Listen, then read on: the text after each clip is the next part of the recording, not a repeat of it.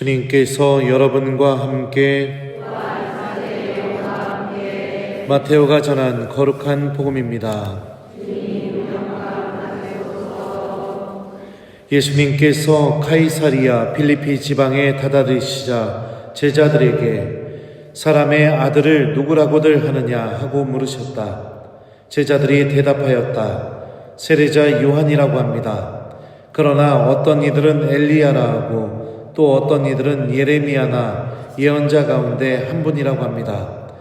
예수님께서 그러면 너희는 나를 누구라고 하느냐 하고 물으시자 시몬 베드로가 스승님은 살아계신 하느님의 아드님 그리스도이십니다 하고 대답하였다. 그러자 예수님께서 그에게 이르셨다.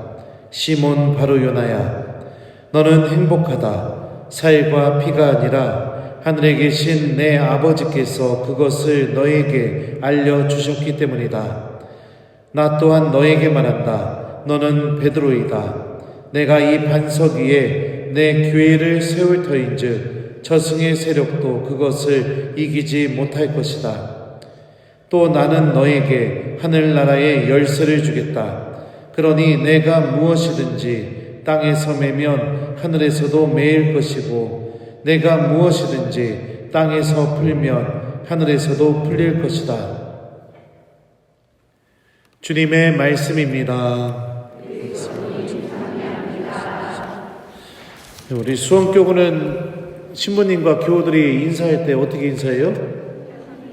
참예수님? 네, 우리 대종교구는 오소서 성령님인데 참미예수님? 네, 그래요. 반가워요, 여러분들. 오늘 복음 말씀에 대한 이야기들은 제가 이 미사 전에 1시간 넘게 베드로사도에서 충분히 얘기했기 때문에 여러분들 오늘 복음 내용 충분히 묵상하실 수 있을 거라고 생각이 들어요. 그래도 강론은 해야 되니까 프란치스코 교황님 얘기 좀 해드릴게요. 저는 2010년 1월부터 2017년까지 2017년 8월인가 그때까지 로마에서 유학을 했었습니다. 제 유학 중에 베네딕토 16세 교황님께서 사임을 하시게 되고 콘클라베가 열려서 그래서 프란치스코 교황님이 이렇게 선출이 되게 됐었는데 저는 그 교황님이 선출된 그 순간부터 교황님을 이렇게 봤었어요. 그러니까 뭐 그렇다고 제가 교황님이 뭐 제 이름을 기억하시느냐 기억 못 하시죠. 근데 로마에서 참 신기한 광경이 벌어졌었는데 뉴스로 콘클라베가 열리게 되고 그 흰 연기가 나오게 되면은 이제 교황님 선출됐다고 속보로 나가게 되잖아요. 그 속보가 나가게 되자마자 저도 그랬고 제 기숙사에 공부하고 있던 친했던 한국 신부도 그랬고 둘이 막 그 베드로 대성당 광장으로 달려갔는데 수많은 사람들이 그 베드로 대성당으로 막 달려오는 거예요. 마치 죄인들이 예수님만으로 달려가는 것처럼 그런 느낌이 막 들었었습니다.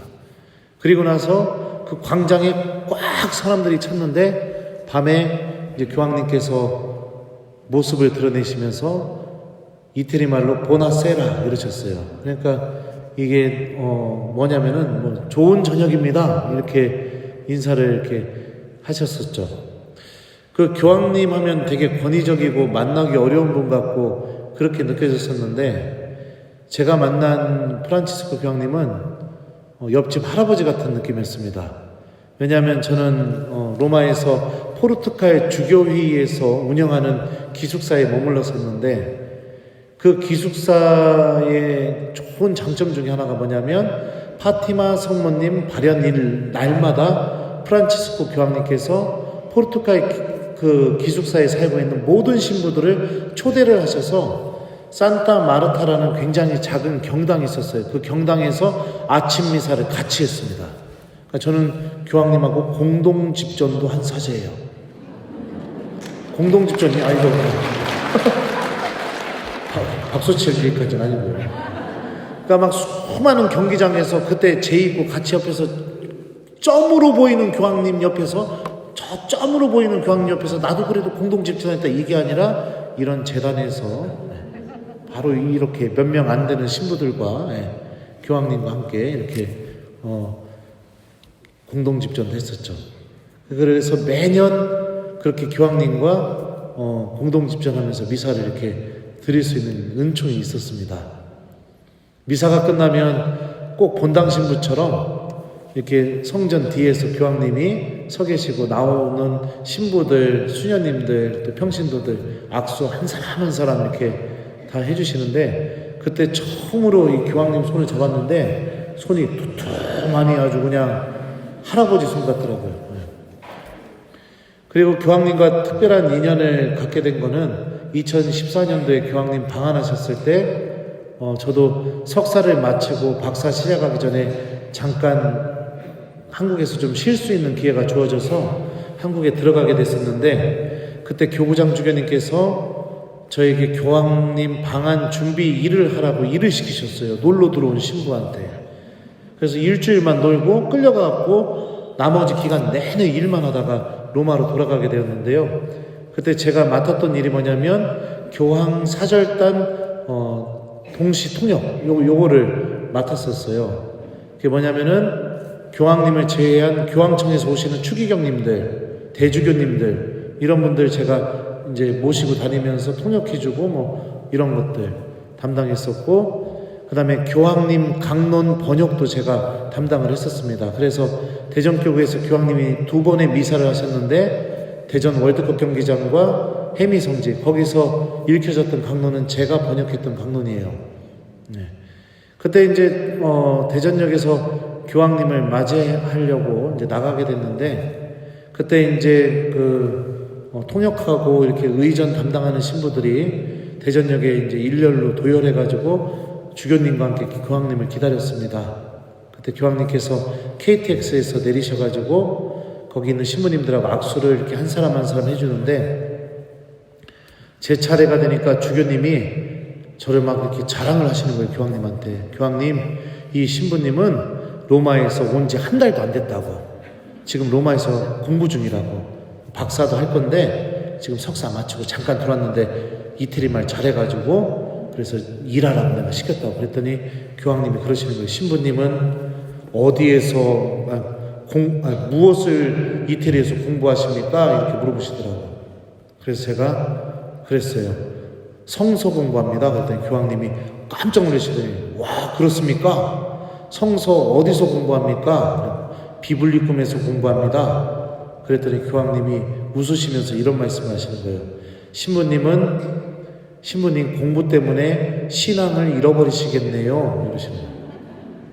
왜냐하면 성서학자들이 말씀을 그냥 막 분석만 하다 보면 말씀 안에 담겨져 있는 하느님의 신비는 깨닫지 못하고 그 분석하는 능력만 길러지게 되는 큰 유혹이 있거든요. 그거에 대해서 말씀하시는데 농담처럼 거기서 빵 웃고 말았는데, 그날 행사가 다 끝나고 집에 왔는데 가만 생각해보니까 2000년 교회 역사 중에 교황님한테 신앙을 잊어버릴 거라는 소리를 들은 신부가 과연 몇 명이나 있을까, 이 생각이 드니까 너무 억울한 거예요.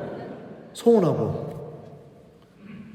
그리고 나서 이제 교황님 로마로 돌아가시고 저도 이제 로마로 이제 다시 공부하러 나오게 됐었습니다.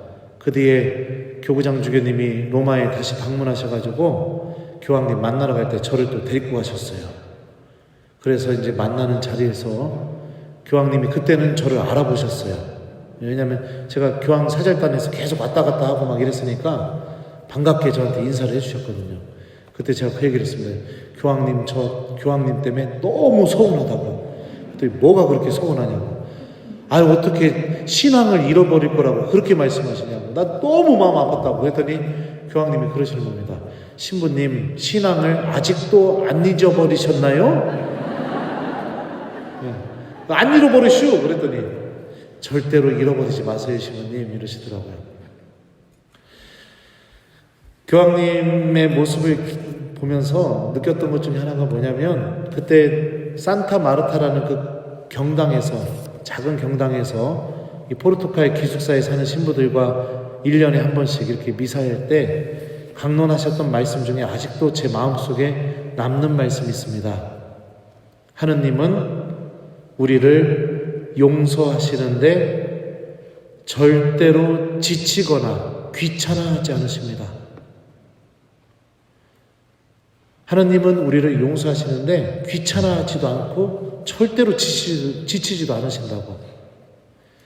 신부님들이 이 하느님에 대해서 교우들에게 알려주셔야 된다고 강론 때 그런 말씀을 하셨었어요. 예수님의 양들을 다스린다는 게 무엇일까요? 저도 신학교에서 우리 학사님들을 가르치고 있습니다. 주님의 양들을 잘 돌보는 게 무엇일까요? 저는 교황님이 말씀하셨던 그 말씀을 교우들에게 잘 전해주는 게 잘 다스리는 거라고 생각합니다. 좌절할 때 예수님이 그래도 자매님 포기 안 했어요. 주님한테 가보세요. 성취 앞에 가보세요. 큰 죄 때문에 내가 고백도 못하고 막 이러고 살아갈 때 자매님, 예수님 그래도 자매님 버리지 않았어요. 성사보러 오세요. 내가 아무 말도 않고 사제경 해줄 테니까 성사보러 오세요, 자매님. 세상 살다 보면 그거보다 더 큰 죄도 저지를 수도 있고 더 큰 어려움도 있습니다. 주님이 절대로 우리 포기하지 않아요. 이런 메시지를 잘 전해주는 거, 이게 교회의 양들을, 주님의 양들을 잘 다스리는 게 아닐까, 저는 그런 생각이 듭니다. 예수님께서 왜 베드로에게 교회를 세운다고 하셨을까요? 오늘 우리가 기념하는 축일의 의미이기도 합니다. 왜 사도자를 베드로에게 주셨을까요? 제가 1시간 넘게 얘기했었잖아요. 베드로는 잘못됐을 때 예수님 볼 수 있는 능력이 있었어요. 그 능력 우리도 다 있습니다. 그 마음을 외면하지 않았어요. 베드로는 넘어졌을 때 염치 없어도 주님! 이러면서 예수님께 소리 지르면서 손 내밀 줄 아는 용기가 있었어요. 베드로는 예수님이 나를 혼낼지도 모르겠다 이런 두려움이 있어도 걷어들고 예수님께 갈 수 있는 용기가 있었어요. 마치 제가 그 총장 신부님께 가면은 막 뻘쭘한데도 어떻게 해요? 그냥 막 가고 아우 신부님 이렇게 하는 것처럼 그 마음을 갖고 있었다고요. 교회는 이 믿음 위에 세워졌습니다. 이 베드로의 나약한 이 믿음 위에 세워졌어요. 그 얘기는 뭐예요? 교회는 끊임없이 넘어질 수 있어요. 끊임없이 죄를 저지를 수 있어요. 끊임없이 단점과 좌절할 수 있는 일들이 교회 안에서 언제든지 벌어질 수 있고 나의 삶 안에서도 벌어질 수 있어요. 그런데 중요한 게 뭐예요? 그럼에도 불구하고 교회가 갖고 있는 가장 소중한 힘, 그래도 주님은 나를 버리지 않는다는 믿음과 함께 손 내밀고 주님 갈 수 있는 그 믿음 위에 교회가 세워진 겁니다.